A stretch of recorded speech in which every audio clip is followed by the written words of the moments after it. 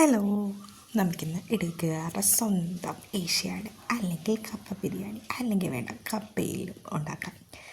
ഇതിന് വേണ്ട സാധനങ്ങൾ ഇതൊക്കെ എടുത്തങ്ങ് നിരത്തുക. അടുക്കള ഫുള്ള് നിരത്താനുള്ളതാണ് കേട്ടോ. ഈ കപ്പ ബിരിയാണി ഉണ്ടാക്കുമ്പോൾ എല്ലാം നിരക്കുക. ഉള്ളിലേക്ക് എടുക്കുക.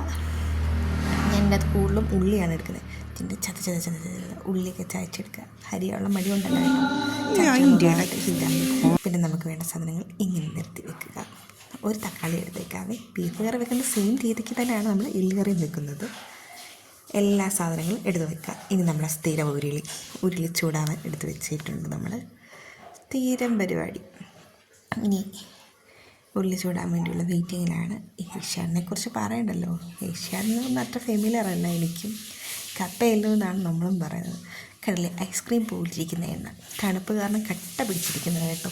നല്ല കട്ട പിടിച്ചിരിക്കുന്നത്. ഇനി ഞാനത് തേച്ചെടുക്കണം. ഉരുളി ചൂടാക്കുന്നതുകൊണ്ടാണ് അതൊന്ന് ചെല്ലുമ്പോൾ ഇങ്ങനെ വീഴുന്നത്. ഇല്ലെങ്കിൽ അവിടെ നിൽക്കത്തില്ല, കട്ട പിടിച്ചിരിക്കുക. ഇനി നമുക്ക് എല്ലാം കൂടി അങ്ങോട്ട് മിക്സാക്കി വിടാം. ആ ഒരു ഇതെന്ന് പറഞ്ഞാൽ ആ സ്പൂണിൽ പറ്റിയിരിക്കുന്നതൊക്കെ വീഴാൻ വേണ്ടി കേട്ടോ. ഇനി നമുക്ക് കടുക് ഇട്ട് കൊടുക്കാം. കടുക് ഇങ്ങനെ കിടപിട പൊട്ടട്ടെ. പൊട്ടി വരുമ്പോഴത്തേക്കും നമുക്ക് ഉള്ളി, പച്ചമുളക്, വെളുത്തുള്ളി ഇതൊക്കെ ഇട്ട് നോക്കാം. നമ്മൾ എങ്ങനെയാണ് ബീഫ് കറി വെക്കുന്നത് ആ സെയിം രീതിക്ക് തന്നെ കേട്ടോ ഈ എല്ലുകറിയും വെക്കുന്നത്. പിന്നെ എല്ലാകുമ്പോൾ കുറച്ചുകൂടെ വേവുണ്ട്. ഇതെല്ലാം കൂടി ഇട്ട് നമുക്ക് വഴറ്റിയെടുക്കാം. നോർമൽ ബീഫ് കറി വെക്കുന്ന പോലെ തന്നെ എല്ലാം കൂടെ പടക്കെന്ന് പറഞ്ഞ് വഴറ്റിയെടുക്കാം. ഇത് കുറച്ച് ടൈം എടുക്കുന്ന പ്രൊസീജിയറാണ് കേട്ടോ. കാരണം കപ്പയിൽ വെക്കാൻ കുറച്ച് ടൈം എടുക്കും. കാരണം കൂട്ടിക്കൊഴിച്ചും ഇനി ആവശ്യത്തിന് ഉപ്പിടാം. സബോള വഴറ്റുമ്പോൾ ഉപ്പിട്ടാൽ പെട്ടെന്ന് വഴണ്ട് കിട്ടും. വഴറ്റിക്കൊണ്ടേയിരിക്കാം. കിടപ്പറ സബോള വറ.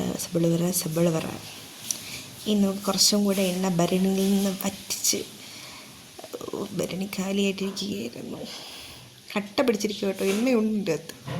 കട്ട പിടിച്ചിരിക്കുക. നമുക്ക് പിന്നെ വഴറ്റി കൊടുക്കുക. സബോളിക്കിരിന്ന് പറയും. ഇനി നമുക്ക് അരി വെച്ചേക്കുന്ന തക്കാളി അതെല്ലാം കൂടി ഇതിനകത്തേക്ക് ഇട്ട് കൊടുക്കാം. ഞാൻ തക്കാളിയുടെ കുനുപ്പാണ് കേട്ടോ എടുത്ത് കളഞ്ഞത്. നന്നായിട്ട് നമുക്കിത് വഴറ്റി കൊടുക്കാം. നന്നായിട്ട് വഴറ്റി കൊടുത്തുകൊണ്ടിരിക്കാം. അപ്പോൾ അതവിടെ കിടന്ന് വഴട്ടെ. ഈ ഒരു കളറൊക്കെ ആവണം കേട്ടോ. ഇതിലും നന്നായിട്ട് ആവണം. അപ്പോഴത്തേക്കും നമുക്ക് ലേശം മഞ്ഞൾപ്പൊടി. ഞാൻ എപ്പോഴും പറയും, പൊടിയെല്ലാം നിങ്ങളുടെ അളവ്, നിങ്ങളുടെ ഇഷ്ടം. എരിവും ഉപ്പും എല്ലാം ഓരോരുത്തർക്കും ഡിഫറെൻ്റ് ആണല്ലോ. അതുകൊണ്ട് നമ്മുടെ ആവശ്യത്തിന് മഞ്ഞൾപ്പൊടി ഇടുക. ആ പുക വന്നത് കണ്ടോ. കപ്പ വേവെന്നാണ് ഗൈസ്. അമ്മയൊക്കെ വന്ന് കപ്പ വെന്തോന്ന് നോക്കിയിട്ട് പോകുന്നുണ്ട്. എല്ലാവരും ഇനി കപ്പ വെന്തോന്ന് കഴിച്ച് നോക്കുക. അപ്പോഴത്തേക്കും നമുക്ക് സ്ഥിരം നമ്മുടെ ബീഫ് കറിക്കകത്ത് വേണ്ട പോലെ മസാലകളൊക്കെ ഇട്ട് ഒന്ന് വഴറ്റിക്കൊണ്ടേയിരിക്കാം. ഞാൻ അതിൻ്റെ ഇടയ്ക്ക് കപ്പയൊക്കെ തിന്ന് നോക്കാം കേട്ടോ. കപ്പ വെന്തോന്ന് നന്നായിട്ട് വഴണം. നന്നായിട്ട് വഴറ്റിക്കൊണ്ടേയിരിക്കാം. പൊടി നന്നായിട്ട് മൂക്കണം, ഇല്ലെങ്കിൽ കറി വെളുത്തിരിക്കും ഗൈസ്. വെളുത്തിരിക്കരുത്, എനിക്കിഷ്ടമല്ല. കറി മല്ലിപ്പൊടി ആട്ടോ ഇട്ട് കൊടുത്തത്. കുറച്ചും കൂടെ പൊടിക്കൊരു തിക്നെസ് വേണമെന്ന് തോന്നിയുകൊണ്ട് മീറ്റ് മസാല സാധാരണ പൊടികളെല്ലാം ഇട്ട് കൊടുത്തു. ഞാൻ പറഞ്ഞു നോർമൽ ബീഫ് കറിക്ക് എങ്ങനെയാണോ അങ്ങനെ തന്നെ. അപ്പുറത്ത് നിന്ന് വേണമെന്ന് അറിയോ, ഗോതമ്പ് കഞ്ഞിയാണ്. ഇനി നമുക്ക് ഒരു കുക്കറിലേക്ക് എടുത്താൽ ഇവിടെ തൊട്ടൊന്ന് നോക്കുകയാണ്. എല്ലാവരും വെക്കുന്നത് ഡിഫറെൻ്റ് ആയിരിക്കും. ഞാൻ വെക്കുന്നത് മഞ്ഞൾപ്പൊടി, മുളക് പൊടി, മീറ്റ് മസാല എല്ലാം കൂടി ഞാൻ കുക്കറിൻ്റെ അകത്തേക്ക് കുടഞ്ഞിടുകയാണ്. എല്ലാം കൂടി ഇത് നമ്മൾ ഈ കപ്പയിലുണ്ടാക്കുമ്പോൾ നമ്മുടെ അടുക്കള നേരിട്ടും കേട്ടോ. എല്ലാവരും അത് പിന്നെ ഒരു കാര്യം വെക്കേണ്ട, നമുക്ക് പിന്നെ വൃത്തിയാക്കാം. ഇനി എല്ലാം കൂടി എടുത്തിട്ട് മിക്സാക്കാം. കുട്ടികൾക്ക് ഇനി നമുക്ക് ആവശ്യത്തിനുള്ള ഉപ്പിടാം. ഉപ്പിട്ട് നല്ലതായിട്ട് തേച്ച് പിടിപ്പിച്ച് കഴിഞ്ഞാൽ ആ കുക്കറിലേക്ക് നമ്മുടെ എല്ലും എല്ലാം കൂടി തേച്ച് പിടിപ്പിക്കാം. എന്നിട്ട് ഞാൻ ആ വഴറ്റി വെച്ചിരിക്കുന്ന സബോളയൊക്കെ അതെല്ലാം പിന്നെയും ഈ കുക്കറിലേക്ക് ആഡ് ചെയ്യുകയാണ് കേട്ടോ. എല്ലാം ആകുമ്പോൾ വേവ് കൂടുതലുണ്ടായിരിക്കും. നമ്മൾ അടുപ്പത്ത് വെച്ച് വേവിക്കുന്നതിനേക്കാളും വേവ് കൂടുതലായിരിക്കും. നമുക്ക് നിരത്തി കൊടുക്കാം. എല്ലാം കൂടെ മണ്ടക്കിയിട്ട് ചുമ്മാ ഡെക്കോർ ചെയ്യാം. എല്ലാം കൂടി നേരത്തെ കൊടുത്തുകൊണ്ടിരിക്കുക. എല്ലാം കൂടി നമുക്ക് കുറച്ച് വെള്ളം, ഓൾറെഡി ബീഫിൻ്റെ അകത്തുനിന്ന് വെള്ളം ഇറങ്ങും. എന്നാലും ഒരു കുഞ്ഞി കപ്പ് വെള്ളം ഒഴിച്ച് കൊടുത്തേക്കുക. എല്ലാം കൂടി ഇനി പിസിൽ വരുന്നതിനാണ് കേട്ടോ ഒരു വെയിറ്റിങ്. ഞാൻ പറഞ്ഞല്ലോ കപ്പ ബിരിയാണി മൊത്തത്തിൽ വെയിറ്റിങ്. കപ്പ വേവണം, കറി വേവണം, അതെ, നമ്മുടെ കപ്പ വെന്ത് കിട്ടിയിട്ടുണ്ട്. അരപ്പിടരുത് കപ്പ ബിരിയാണിക്ക്. ഇതിൻ്റെ അകത്ത് ഇവിടെ കപ്പ ബിരിയാണിക്കകത്ത് വേണ്ടാത്തവരുണ്ടായിരുന്നു. അതുകൊണ്ട് അരപ്പിട്ടപ്പോൾ കുറച്ച് ആ തവി ഇങ്ങോട്ട് വീണതാണ് കേട്ടോ. അല്ലാതെ കപ്പ ബിരിയാണിക്കകത്തായാലും അരപ്പിടരുത്. ചിലരങ്ങനെ കൂട്ടി മിക്സാക്കി എടുക്കും കപ്പ വേവിച്ചിട്ട് എല്ലുമായിട്ട്. നോർമൽ കപ്പ ബിരിയാണി വേവിക്കുമ്പോൾ അരപ്പിടാറില്ല. അങ്ങനെയും ചെയ്താറുണ്ട് കേട്ടോ. വലിയ വ്യത്യാസമൊന്നുമില്ല ടേസ്റ്റ്. ഞാൻ രണ്ട് രീതിക്കും കഴിച്ചിട്ടുണ്ട്. പക്ഷേ ഇതാണ് കപ്പ ബിരിയാണി ഉണ്ടാക്കുന്ന കറക്റ്റ് പാത്ത് വേ. ഇനി നമുക്ക് കപ്പ വെന്തിട്ട് കാര്യമില്ലല്ലോ, നമുക്ക് കറി കിട്ടണമല്ലോ. കറി കിട്ടണമെങ്കിൽ എന്തെടുക്കണം? പിസിൽ വരണം. ഒരു 7-8 പിസിൽ. കാരണം എല്ലാണല്ലോ, എല്ലാണെങ്കിൽ വേവാൻ താമസം എടുക്കും. ഞാനിതിനാ ഉള്ളിയൊക്കെ അവിടെ വെച്ചേക്കുന്നത്. ലാസ്റ്റ് കപ്പ ബിരിയാണിക്ക് കടുക് പൊട്ടിക്കാനാണ് ഗൈസ്. കുറച്ച് കപ്പയൊക്കെ എടുത്ത് മാറ്റിയിട്ടുണ്ട്. കാരണം ഇവിടെ കപ്പ ബിരിയാണിയായിട്ട് വേണ്ടാത്തവരുണ്ട്. നൊയമ്പുള്ളത് കൊണ്ട്, കപ്പ അമ്മയ്ക്ക് നൊയമ്പുണ്ട്. അതുകൊണ്ട് കപ്പ ബിരിയാണിയായിട്ട് വേണ്ട, കപ്പ മാത്രമായിട്ട് മതി എന്ന് പറഞ്ഞ് അതിനകത്തുനിന്ന് പോയിട്ടുണ്ട്.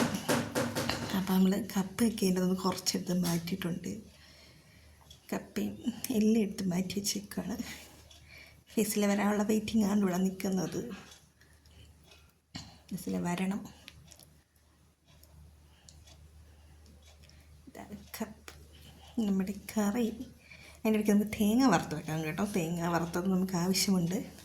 ഞാൻ ഫിസിലിൽ കുക്കറിൻ്റെ അകത്തുനിന്ന് കറി ഫിസിലടിച്ച് കഴിഞ്ഞപ്പോഴത്തേക്കും ഉരുളിക്കകത്തോട്ട് മാറ്റിയിട്ടുണ്ടായിരുന്നു കേട്ടോ.